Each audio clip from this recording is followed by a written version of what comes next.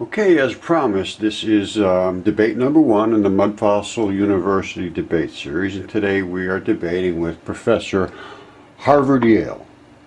And Professor Harvard Yale is going to be debating Mudfossil Finger, who has a dispute, and then we're going to mediate a dispute. And Roger, who is the voice that you are hearing now, will mediate this, so which means I will assist in a resolution to this dispute. Now, and I will be the voice that conveys both the defendant's position and the accuser's position. Now, this is debate series number one. We're going to call this identity theft, because the professor claims that this is not who he claims to be. A mudfossil figure. The professor claims that this is nothing more than a piece of debris, dirt, and rock, so forth. So we are going to get into this now. Social media will be the judge. You're going to take pace. You're going to have you'll have the last say. Now we had a coin toss. Mudfossil Finger won the coin toss, and I will speak for him. Now, before we start, I would like to let each one of them make an opening statement, and Professor Harvard Yale has claimed that evolution is obviously true, the Big Bang is obviously true, that in order to become proficient in any of these things and understand the true meaning of these things, you have to attend one of his institutions, which he apparently owns two of them. So anyway, Mudfossil Finger claims that all of the rocks, not just himself, but all of the rocks that we see are mud fossils and were previously alive. Now, there were giants, there was creatures that are fully unknown to us, and they were monstrously enormous. So, I will present the evidence that Mudfossil Finger's winning the coin toss will present right now, and he will start with an opening statement. And that statement is to reiterate the position of his opponent, the professor. Now, he is claiming that, the professor is, by the way, is claiming that everything arose from nothing, and it was the Big Bang of dead dust, which was only the most elemental particles, electrons and protons, and then somehow neutrons came about. They had not figured out that. Then everything collected into the right places and positions and started glowing and watering, and the dead dust now somehow started getting romantic, and before long there was all kinds of little dead dust running around, and it evolved into dead slime, and then turned into us, and then it evolved into mass murderers. So that's his position. Now, Mudfossil Finger says, no, this is not correct. This is just not correct at all. And he says that he was around much earlier than the professor and has evidence to support his side. Now, I will present evidence, and he has copious amounts of evidence, I must give him credit, against the professor's somewhat weak-minded reiteration of what he believes to be the facts in this case. Really, he's just saying it all happened is really what he's saying. Now, because Darwin saw a bird with a different type of a bill on a different type of an island, he said that it was obvious that the molecules bumped all together and sparked and did all this, and that's how we got here. So I dispute that, and I've done some cellular. I go deep with this, and it's just not even close to possible. But let's try to prove that, because there is no way to make that claim unless there is some kind of proof. So Mudfossil Finger is going to present some proof right this minute. Hold on, and we will cue up Exhibit A. Okay, we're going to start with Exhibit A, and these are, it appears to be some form of feathers growing up, I believe this is in Greenland, and I do have the microscopic shots to show this particular pattern as it progresses down and grows, and there is the abrupt transition between the feathers and the fleshy parts of the tendinous material that runs down in these straps down to attach wherever it attaches on the earth here. And that is some form of a feathery material, I believe, that is beginning to grow, or maybe it's dying and beginning to decay, but it does appear to be there.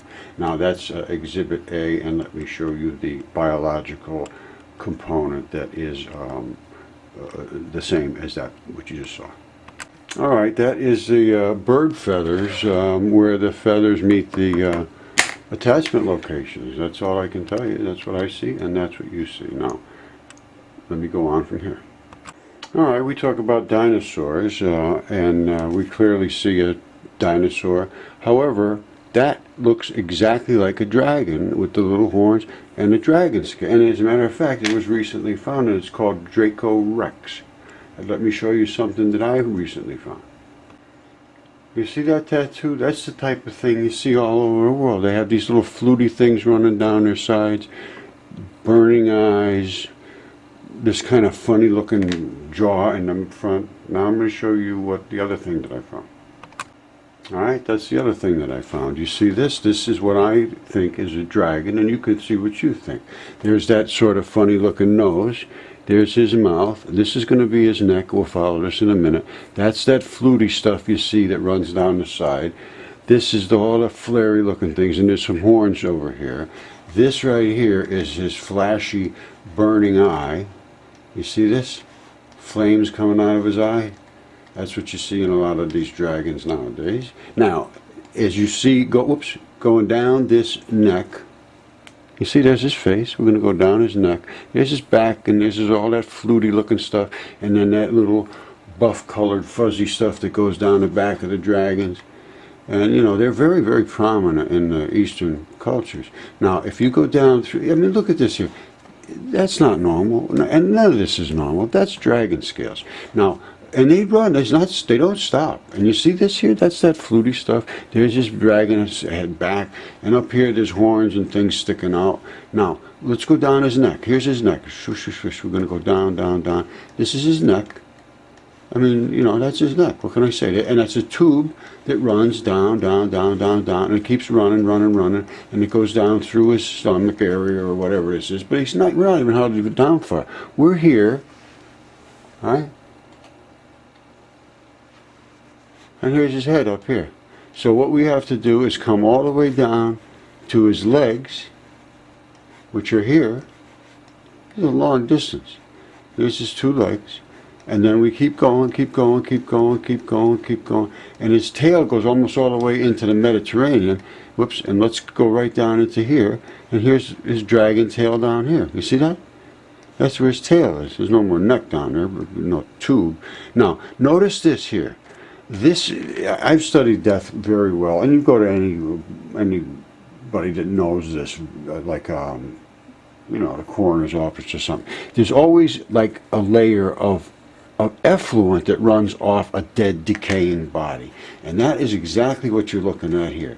Is that layer, and this blood? That's blood. That's literally blood that's been running off of there. Now, up here you can see it even better at his neck. You see up here? You see that? You can't miss it.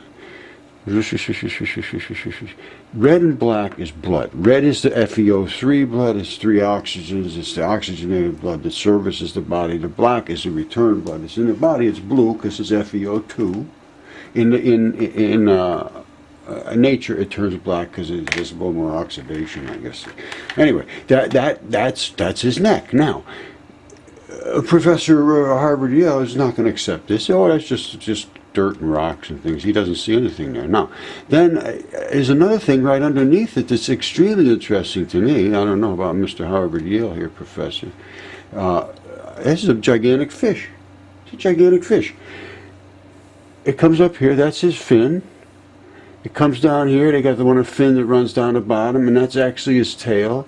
And it runs all the way around here. And if you scope in on it, it's very, very obvious. You see all the patterns of the scales? And the water runs off this way. You see his eye is over here.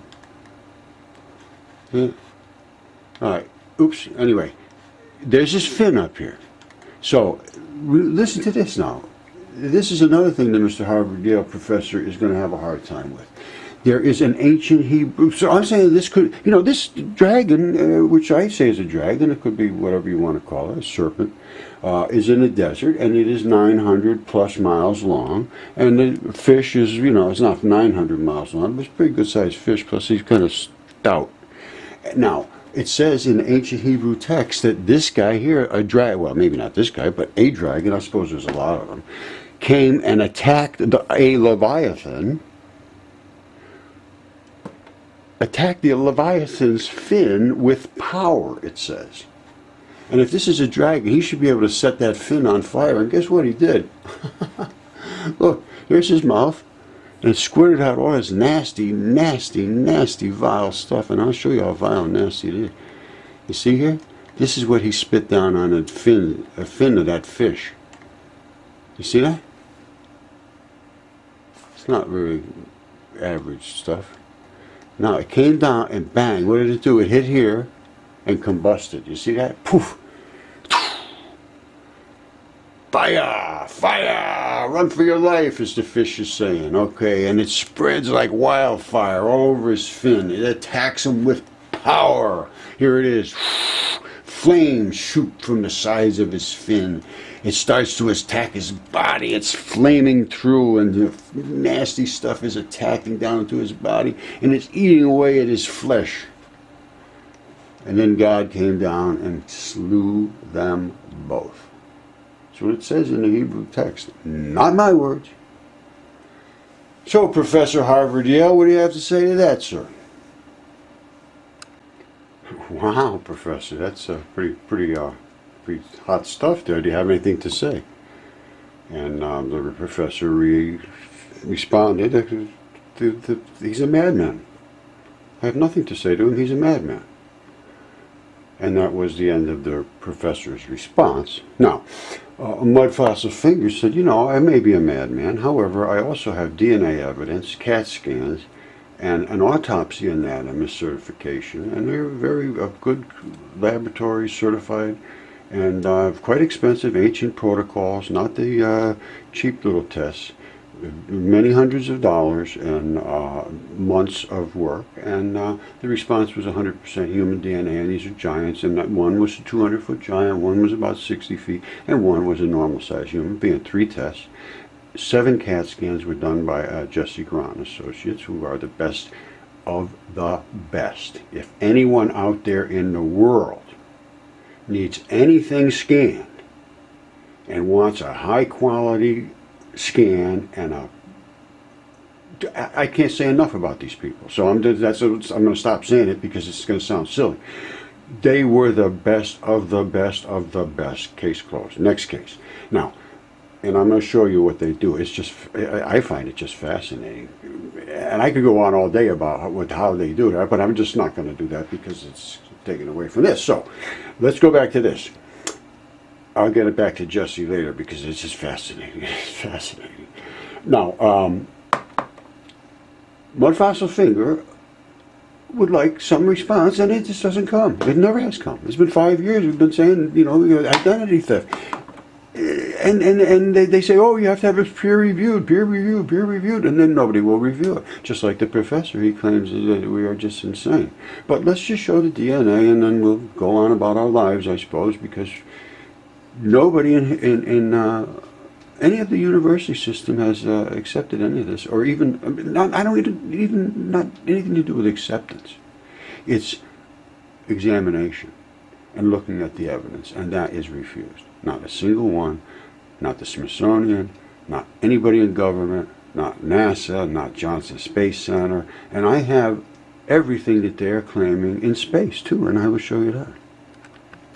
Alright, this is Mudfossil University. All these videos are found here, and this was the beginning just to announce the Mudfossil University debate series.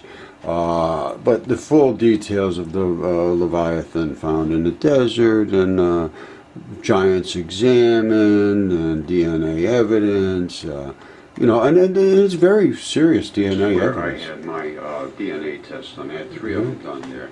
And they sent them out to Eaton Bio Labs for further analysis, apparently. But this is their that's what they do. That's their function. And this is the results and information, and This was 3 of them. It was a 36-inch fingertip, 36 inches wide or deep, a lung, which was a normal size, and a mud fingertip, which was about a 60-foot expected. The 36-inch fingertip was from about 200. Approximately somewhere around 200 feet, I was estimating, maybe a smidge more.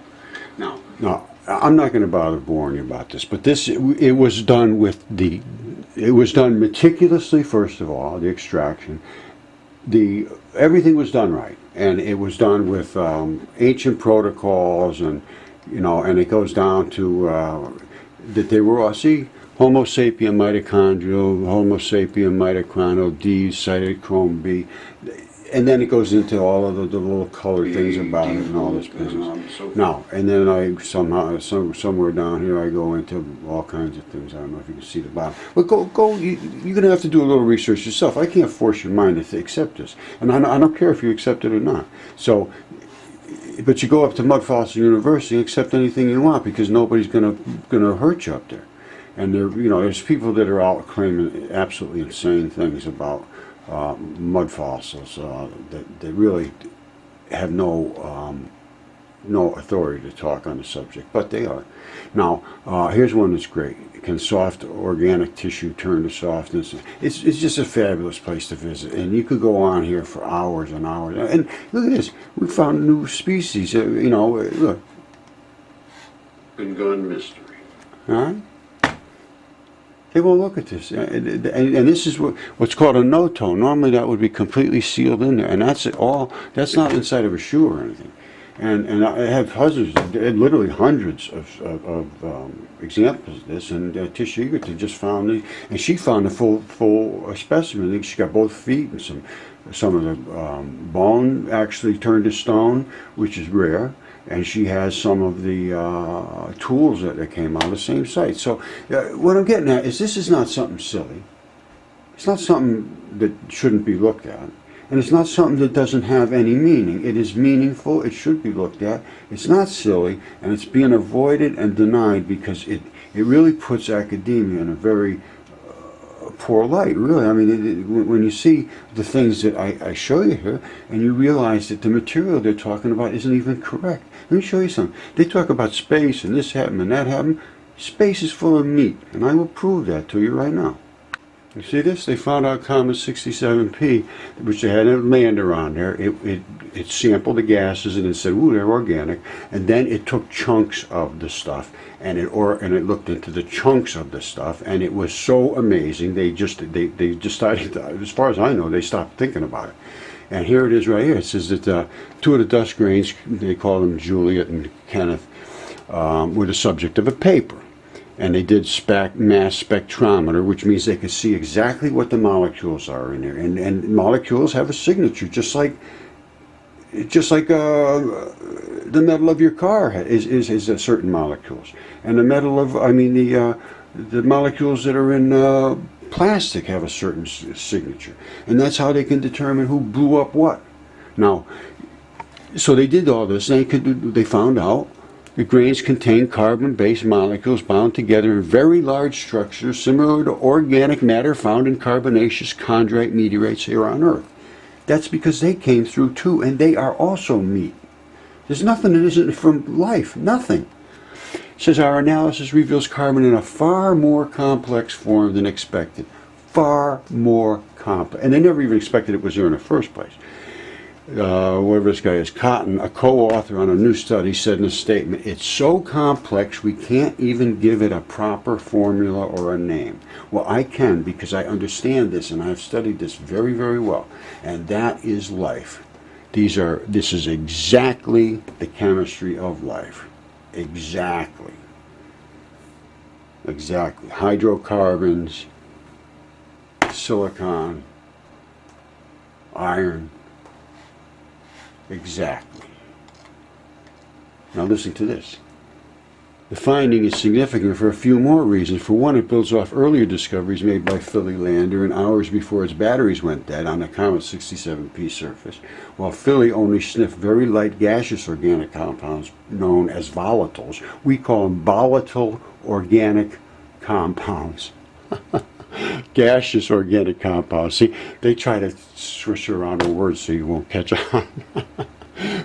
Gaseous organic compounds known as volatiles. Yeah, volatile organic compounds. It's from body tissues. The new analysis focused on large solid particles, which indicate more complex organic chemistry, like bone and meat and tendinous materials. Second, scientists have long debated whether the organics found in meteorite samples come from space or whether these rocks were contaminated after crash landing on a biological planet. They were meat. They were meat, and they are falling every day as meat because that's all there is life. I'm going to show you some meteorites. That's all it is. I'm sorry. I'm just giving you facts. If you could dispute these, Professor Harvard, Yale, that's fine. But I don't think you can, and I don't think you even want to try, because you're going to end up saying, "Oh, I can't discuss this with him. He doesn't know what he's doing. He hasn't read the books I read." And I'm telling you, it's a fact. I'm going to tell you this is no lie. When I talked to somebody at one of his schools, they said, "Everything you're saying makes sense, but if you read the books I read, you wouldn't be saying it." I'm telling you, that's a fact. Now, here's this about the meteorites. NASA said that it's 100% organic. 100%, not close, and they had no clue about it. And then if you come down here and you look at this, this is a meteorite that smelted on entry into Earth because it's an iron meteorite. And if you're into mud fossils, which you should be, but you're probably not, this little red dot here is the artery because it's the FeO3, and this is black one is FeO2. The reason it has all this crystalline structures because it was sliced and then they etched it with acid. But then they have chondritic meteorites, and they're the same thing. Look at this. This is a meteorite that fell. That's a gigantic lung and did the same thing. It smelted. Inside of this is DNA. The other one, the one I showed you a second ago, you could pull the DNA right out of it. Look at this. They claim this is one of the oldest meteorites the oldest matter in the solar system. That's a chondritic meteorite, and that is blood. I'm just telling you, they missed everything, and that's why they won't talk to me. I haven't talked to me in 5 years. Nobody let me in the door. Nobody has ever examined one single thing I have ever shown, except Professor Briggs at Yale claims he sees nothing. It can't be anything, and the DNA tests have to be wrong, and the CAT scans are all wrong, and all of the experts and the anatomist is wrong, and my specimens can't be anything. And he looked at it on the videos, and he just said, and I need to go find somebody that understands just plain rocks. That's what he's told me. So this is the kind of problem we have with education. And now go to Mudfossil University, you get educated for free. Go get a trade. That's your salvation here. Because you're going to get destroyed by this debt. You're working for these people, and they don't really care about you. They as far as I'm concerned, this is a fiduciary issue, Professor Harvard Yale. And if I was a student, I would be quite upset about your refusal to examine validated information. I'd be really upset. But I'm not a student. I'm just showing things, and I just want people to understand the reality of what I'm showing, because what I'm showing isn't just monkey bones. It has to do with what we call eternity. And that doesn't exist in your world. It doesn't, and God doesn't exist in your world either. And that's why you throw me out of your world. Because I love God. And I know about eternity. And I hope for a good one. And you will not have one. That's what God says. He says, you're in trouble. That's all I can tell you. He says the teachers will in their greed, they will concoct false stories. And their destruction does not sleep. That's in Peter 2:2-4, something like that. Just look it up. Just look it up. Teachers, their destruction does not sleep. There's a ton of it about them. I'm sorry, because they have led everybody away from the reality that they will face. That's all I have to say. Come to Mudfossil University. Just get away from,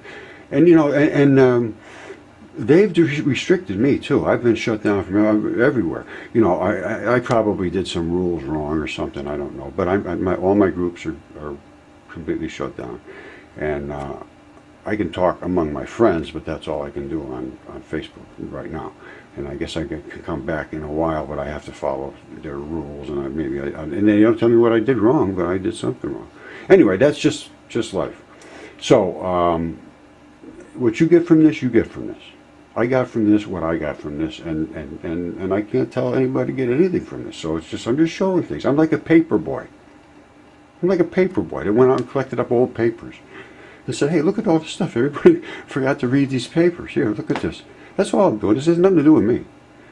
This stuff is so simple. You go online, you can figure this out in 10 minutes. And trust me, millions of people have, and they've been tried to stop them just like they try to stop me. Only I'm a little hard-headed than most of these people.